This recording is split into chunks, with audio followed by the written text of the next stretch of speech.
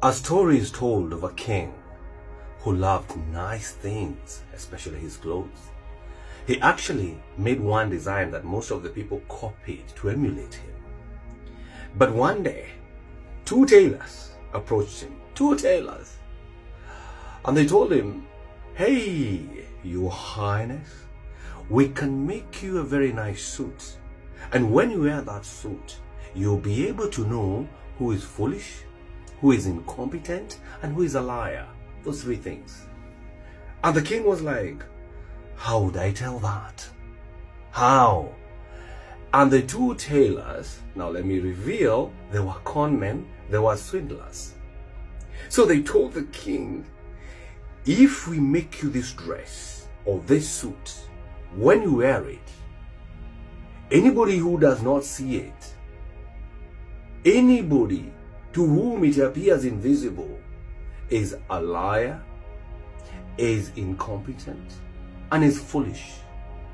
So the king was like, "Yeah, who wouldn't want such a dress? Who wouldn't, yeah?" So the king told the two swindlers, the two tailors, the two conmen, "I give you a room here in the state house, palace then, and then you make that suit. How many days do you want?" The conmen said about 3 days. And so they were given a room, and they were given everything that they wanted, the food, and they started making the dress. Which dress? They asked. Which one? So the president now called his confidants. He called the IG, he called the DCI, he called the leadership of the house, he called some MPs and senators, and he even called his ministers and told them, "You see that room? I have two tailors. They are making a dress for me. And anybody who sees it, who sees the dress, is the most competent person, does not lie, is not foolish. But if you cannot see it, if it appears invisible to you, then you're foolish, you're incompetent, and you're a liar." And they were like, "Wow, we would want to see that." So after 2 days, he sent his people now again, the IG, the DCI, the MPs, the senators, all the confidants, and then some ministers and some few friends to go to that room. When they got to that room, they saw the two tailors. There's no sewing machine. There's nothing. The guys are doing nothing. And then they asked, "What are you doing? What are you doing?" They said, "We are patching up. We're finishing the suit for the king." "Where is it?" "I am holding it here. You can't see it. You see the pockets, they must appear, in a very good line here. It's colorful. It has his favorite colors, that is maroon and yellow and a little bit of, green." These people, all of them remembered what the king told them. If you don't see it, then you're incompetent, foolish, or a liar. And it was a little majority to first say, "I see it. It's big. Oh God, and especially this pocket. Can you align it to this angle?" He loves it when they tilted a little bit, The others, the IG and everybody else, and the DCI and the ministers, "What? It is beautiful. My friend, it is for sure. It is beautiful. Something to sing home about, man. It is beautiful. It is beautiful." So when I think I should do away with this. I think I should do away with it. So when they went back to the king to tell him what they saw and how beautiful the suit was, the king said, "Hey, I need a national holiday tomorrow. I have to wear it during the national holiday." And so the Minister for Interior did a gazette notice, and then the next day is a national holiday. And then the king now went to the same room to pick up his clothes, his suit. When he got in there, he found the two swindlers, the two tailors, doing a lot of nothing, but they say, "Here is your clothes." He couldn't see it. There's none. Even you can tell there's none. I'm not holding anything. There's none.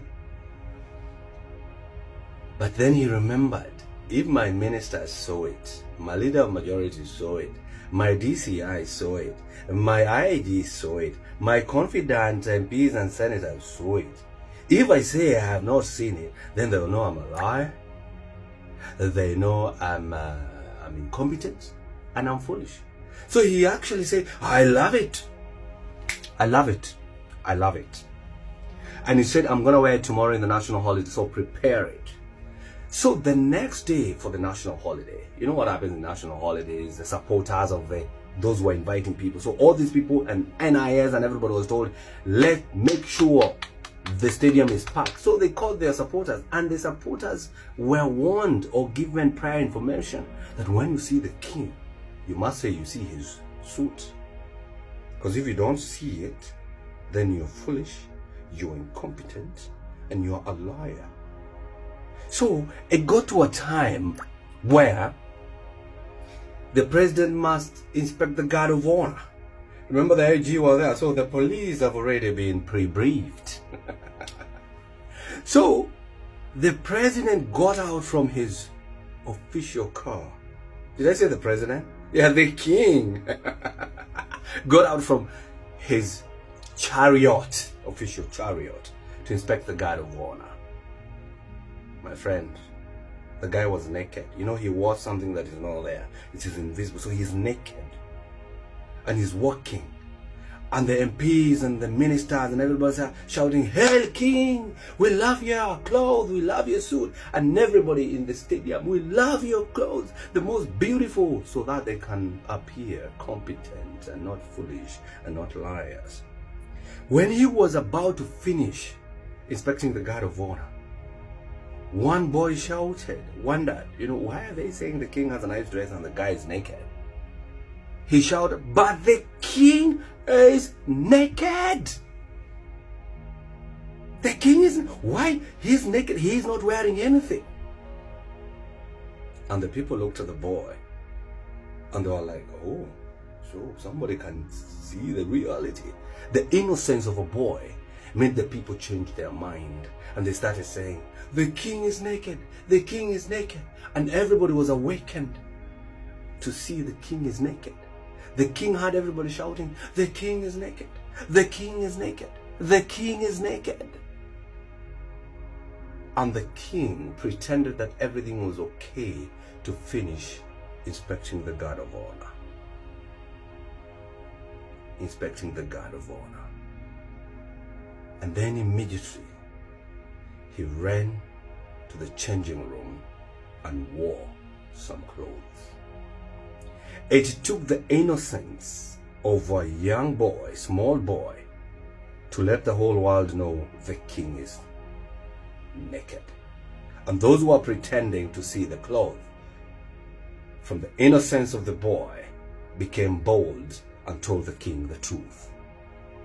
It took the innocence of a young Gen Z to tell the king, "You're naked." That is a story that was written in 1837 by somebody called Hans Christian Andersen. It is very, very familiar today. I wish you a happy new year 2025. This year coming, 2025, may it be the year of shouting, "The king is naked," until his people hears, until he hears to go and dress up. Happy New Year, folks.